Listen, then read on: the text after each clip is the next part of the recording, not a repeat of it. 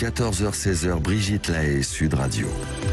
Avec Jean-Benoît Dumontex, nous évoquons le sexe et la prise de drogue pour avoir des sensations plus fortes. Et bien sûr, on rappelle que les drogues sont dangereuses pour la santé et dangereuses également pour notre comportement. On n'est pas là pour faire l'apologie, mais au contraire, justement, pour faire de la prévention. Jean-Benoît Dumontex. Absolument, et ça passe par des témoignages de gens qui ont fait l'expérience et qui peuvent en dire des choses. Voilà, et c'est Tony qui est avec nous. Bonjour Tony. Bonjour. Merci d'être avec nous. Donc vous n'avez jamais consommé de drogue.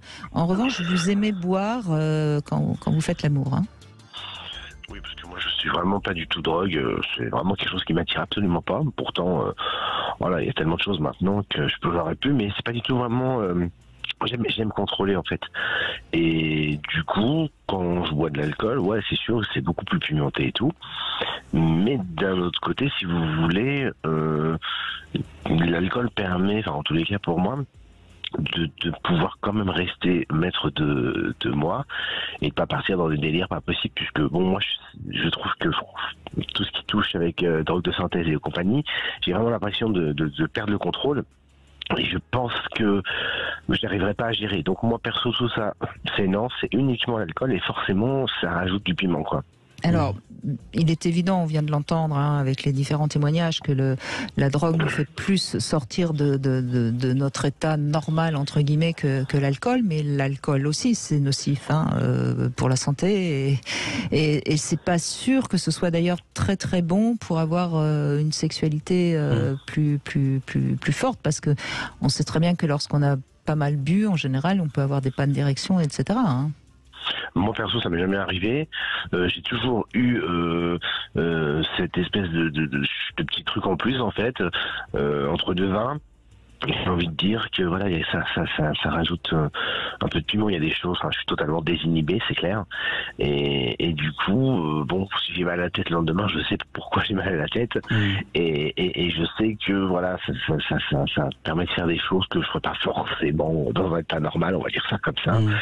Ça rajoute vraiment un petit truc en plus. Et c'est pas désagréable. Ça là-dessus, c'est très clair. Vous connaissez vos limites, c'est-à-dire que j'imagine que vous ne buvez pas au-delà d'un certain point que vous ressentez dans votre corps. Comment ça se passe ? Tout à fait. Ouais. Tout à fait. En fait, je bois à une certaine limite parce qu'après il y a un point de non-retour où là, auquel cas, je suis totalement. Enfin, ça m'est déjà arrivé où vraiment je peux plus rien faire du tout. C'est ça, vous ne devez pas être bon à grand chose, oui. Ah oui. Donc du coup, en fait, là, c'est comme un accessoire. En fait, j'ai envie de dire, c'est un accessoire. Après, ouais, je préfère 1000 fois boire un bon coup et après m'éclater, parce que je sais que voilà, c'est quelque chose qui amène vraiment un plus, quoi, en fait, vraiment. Et est-ce que c'est systématique ou est-ce que vous savez aussi faire l'amour sans avoir bu ? Alors non, moi c'est pas systématique. Ça peut être quand vraiment je me dis voilà, je suis vraiment bien et que les choses se passent super bien, donc bon bah on est en soirée, donc pas de problème. Mais je fais aussi bien l'amour avec alcool ou sans alcool, ça c'est clair. C'est pas obligé d'avoir bu pour faire l'amour, quoi. D'accord. Okay. Alors la chose qu'on est obligé de vous dire, Tony, surtout à ce moment-là, il faut que vous soyez chez vous ou que vous ne partiez pas après en voiture ou en moto ou même en vélo. Alors j'ai pour principe quand je prends un verre, je pose les clés de voiture. D'accord. C'est mon principe, donc je prends toujours un Uber, un taxi, enfin, peu importe, ou je dors sur place, quoi. Donc là-dessus, ça c'est quelque chose, c'est un principe que je m'applique tout le temps. Oui, mais c'est vraiment important parce que on peut dire ce qu'on veut, mais l'alcool et la conduite, c'est vraiment très dangereux. Pas à mélanger, non. Le sexe, bon, après, oui, voilà. On est dans la sphère intime et on va pas commencer le sexe et la conduite, j'ai du mal à imaginer quand même, Brigitte, c'est peut-être pas très compatible. Non, mais je veux dire, là, on est dans une sphère intime, et voilà, puis on va pas, bon, mais c'est important de rappeler quand même des choses élémentaires. Et donc, vous avez, vous le dites à votre partenaire ou c'est quelque chose que vous faites comme ça pour vous? Parce qu'il y a aussi l'envie de boire un peu tous les deux pour faire quelque chose de festif et ensuite de s'éclater. Et puis il y a le fait de le faire un peu, je vais pas dire en cachette, mais le faire pour soi, pour justement être moins dans le contrôle. Non, moi je ne suis pas à boire un verre avant et pour être dans un état, voilà, c'est vraiment parce que si la soirée l'impose. entre guillemets, c'est après un resto, après une soirée, voilà. Mais c'est vraiment parce que ça s'est fait ce soir-là et du coup, voilà, ça se fait. Mais c'est pas quelque chose que je calcule en fait. Ça se fait. Si j'ai bu de l'alcool et que ça se fait, c'est très bien. Si j'ai pas bu de l'alcool et que ça se fait aussi.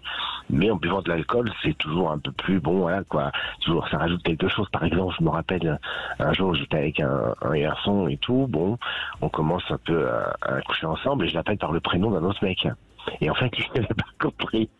Et du coup, l'alcool me désigne tellement que je suis vraiment en roue libre, quoi. Vraiment. Oui, bon, c'est sympa pour l'autre. Hein. Oui, c'est ça. C'est marrant à en parler, mais enfin, je sais pas s'il a beaucoup rigolé, votre partenaire. Oui, c'est une anecdote. Oui, mais voyez, c'est intéressant, Tony, ce que vous dites, parce que finalement, on en vient à ce que vous disiez tout à l'heure, Jean-Benoît Dumontex, c'est que ça libère les pulsions, et finalement, on n'est plus trop en relation avec un autre sujet, mais l'autre devient presque un peu objet, puisqu'il est interchangeable, on peut l'appeler autrement. Enfin, et c'est là où on voit bien tous les effets, certes, un peu sympas de tout ça, mais qui quelque part nous font un peu délirer, quoi. Ah oui, de toute façon, c'est clair que le fait de boire de l'alcool, en tout cas, je parle pour moi, font que bon, ça permet un peu d'être totalement désinhibé et vraiment d'avoir un comportement et une façon de faire qui n'est pas forcément un comportement normal ou classique, j'ai envie de dire ça comme ça. Ça rajoute vraiment un piment en plus, quoi. Et c'est dans les relations, je vous assure, c'est vraiment quelque chose de... Ouais, c'est vrai, ça rapporte vraiment, c'est quelque chose qui est comment expliquer, hein, qui met vraiment du piment et qui vraiment, il y a des situations, par exemple, je vais essayer des situations avec alcool que je n'aurais jamais vécu avec le même mec sans alcool. Vraiment, c'est vraiment.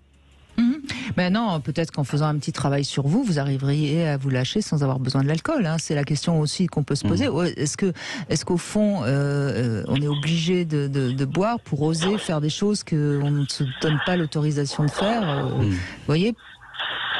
Bon, clairement, ouais, il y a des choses que je ne ferai pas, on va dire, dans un état normal, parce que, voilà, peut-être pas forcément pas l'envie, mais pas forcément le côté un peu en me disant, ouais, je vais passer pour qui, qu'une fois que j'ai bu 2 verres, bon, bah voilà, c'est sûr que, bon, bah, il y a plus cette barrière qui dit, qu'est-ce qu'il va penser, quoi. Donc vraiment, les choses, et ça se passe très bien, parce que, en général, la personne en face est aussi désinhibée, quoi, donc, oui, mais c'est ce qu'on pourrait trouver dommage. Moi, je pense par exemple à une époque où on fêtait le carnaval, hein, et où justement on se déguisait pour pouvoir se permettre des folies qu'on ne faisait pas dans son état normal.